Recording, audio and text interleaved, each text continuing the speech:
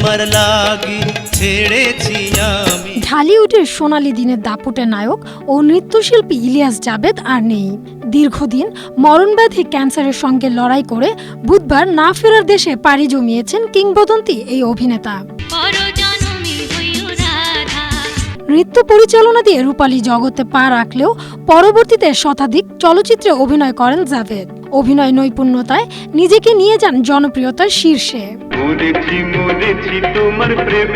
1964 সালে উর্দু চলচ্চিত্র নাই জিন্দিগি দিয়ে নায়ক হিসেবে আত্মপ্রকাশ করেন জাভেদ।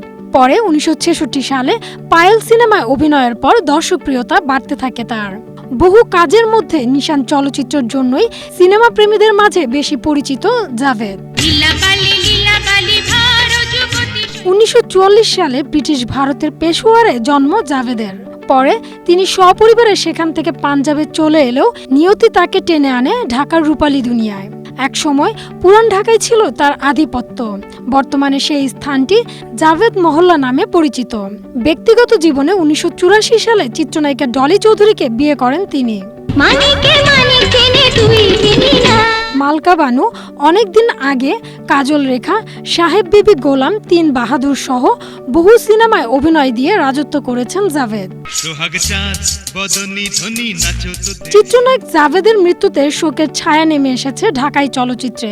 তার প্রয়াণে বাংলা চলচ্চিত্রের আরও একটি অধ্যায়ের সমাপ্তি ঘটল। Humaira Siddika, Asia post.